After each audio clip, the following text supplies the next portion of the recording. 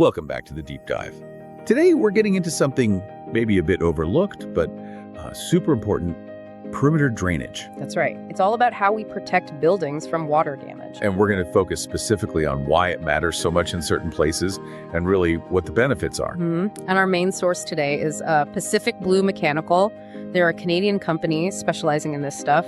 All the details we're discussing, you can find them over on their website, https://pacificbluemechanical.ca. Great. So our mission really is to figure out why expert perimeter drainage is so crucial, especially in, say, unique spots like Gastown in Vancouver. Exactly. Let's break down what perimeter drainage actually is first. Good idea. Keep it simple for us. Okay, think of it like this, maybe third grade level. It's basically a system, like little channels or pipes, built really carefully around the foundation of a building. Yeah. And its whole job is just to catch water and move it safely away. Got it. So it stops water from just sitting there against the building's base. Precisely. Stops it pushing against the walls. That's called hydrostatic pressure, a really strong force. And the benefits of stopping that pressure?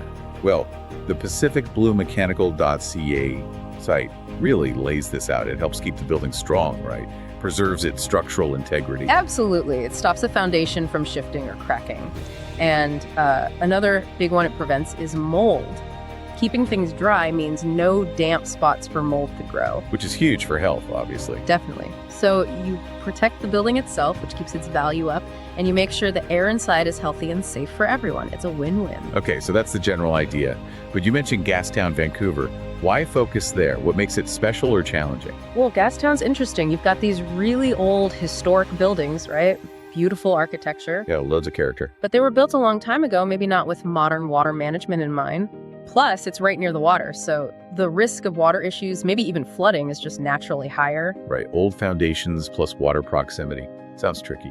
It is. And the source, pacificbluemechanical.ca, points out that because it's historic and often tightly packed, you can't just dig anywhere. Drainage solutions have to be really customized. Tailor-made, you could say. So a standard approach won't cut it. Often not. They mention that without really efficient systems designed for that specific place, water just finds its way into those older foundations.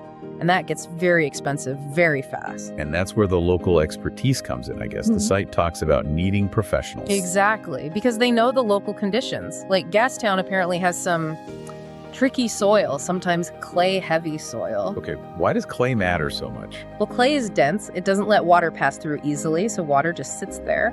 And clay expands when it's wet and shrinks when it dries out. So the ground itself is moving around the foundation. Precisely. Causes a lot of stress. So professionals who know Gastown soil, they can design a system that actually works with that clay, preventing those big future problems. It's an investment that saves money down the line. Okay, that makes sense.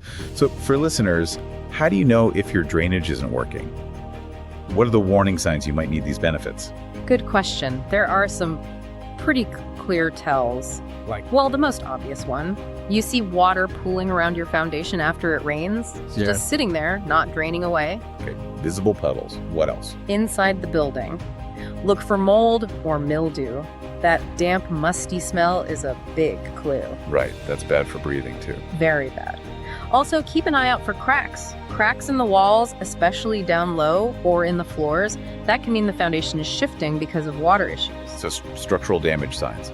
Anything else? Yeah, sometimes just unpleasant smells, like stagnant water or sewage-like smells. That can mean blockages or standing water somewhere in the system. Got it. So pooling water, mold, cracks, bad smells, all signs you need professional help. Definitely signs you need to investigate, yeah.